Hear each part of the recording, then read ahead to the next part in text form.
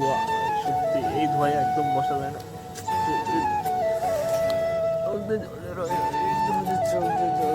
একদম চোখ দিয়ে তো hey hello guys, welcome back to my channel.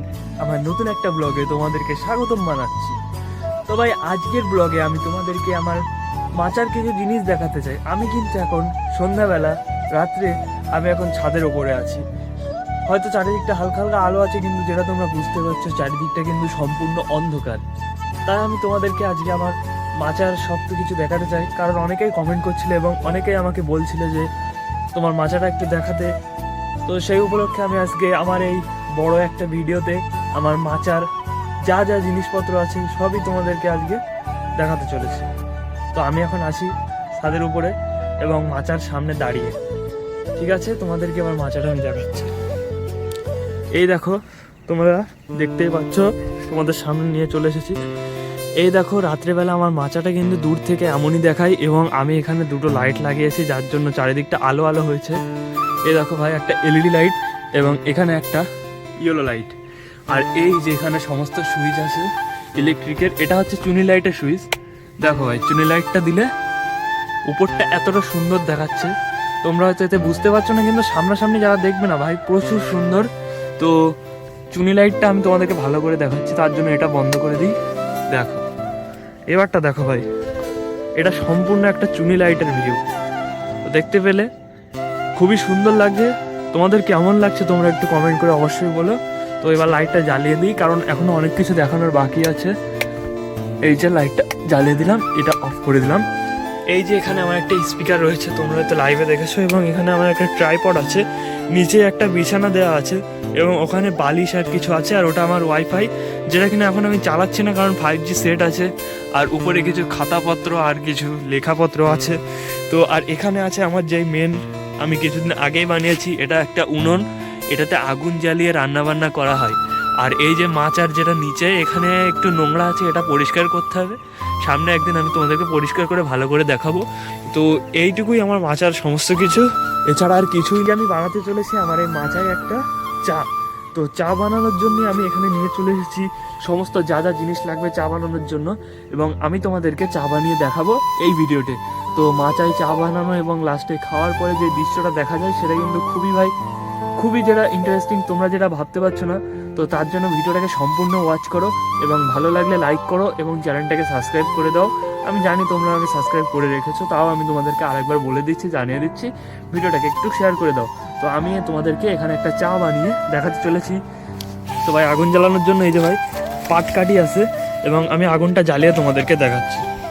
তো ভাই, উনুনটা তো জ্বালাবো, তার আগে দেখাতে চাই, এ দেখো, এর মধ্যে চা, চিনি এবং আদা, আর এখানে আমার যা যা লাগে, আর ওইদিকে জল, সব কিছুই আমি রেডি করে রেখেছি। একসাথে দিয়ে দেবো এবং চাটা রেডি হয়ে যাবে।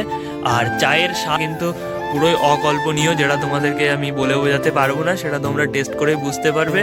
তো ভাই, উনুনটা জ্বালানো কিন্তু সব থেকে কঠিন কাজ, তাই প্রথমে আমাদেরকে এই পাটকাঠিটা একবার ধরিয়ে নিয়ে উনুনটা ধরাতে হবে, এবং এই টাইমে একটা খুবই বেকট ধোঁয়া বেরোয়, যেটাই কিন্তু আমাদের চোখের ক্ষতি হয়। তো এই দেখতে পাচ্ছ, আমি এবার উনুনটা ধরাবো, তার জন্য আমাকে আগুনটা আস্তে আস্তে ভিতরে নিয়ে যেতে হবে এবং উনুনটাকে জ্বালাতে হবে। তো ভাই, অনেক কষ্টের পরে কিন্তু আমি উনুনটা জ্বালিয়ে নিয়েছি। এটা ফোটা পর্যন্ত অপেক্ষা করতে হবে। তো জলটা ফুটে গেলেই আমি তার মধ্যে সমস্ত কিছু দিয়ে দেবো এবং চাটা রেডি হয়ে যাবে। জলটা হালকা পাতলা গরম হলে এর মধ্যে চা, চিনি ইত্যাদি যা যা আছে সব একসাথে ঢেলে দিলাম। এই ধোঁয়া, সত্যি এই ধোঁয়ায় একদম বসা যায় না।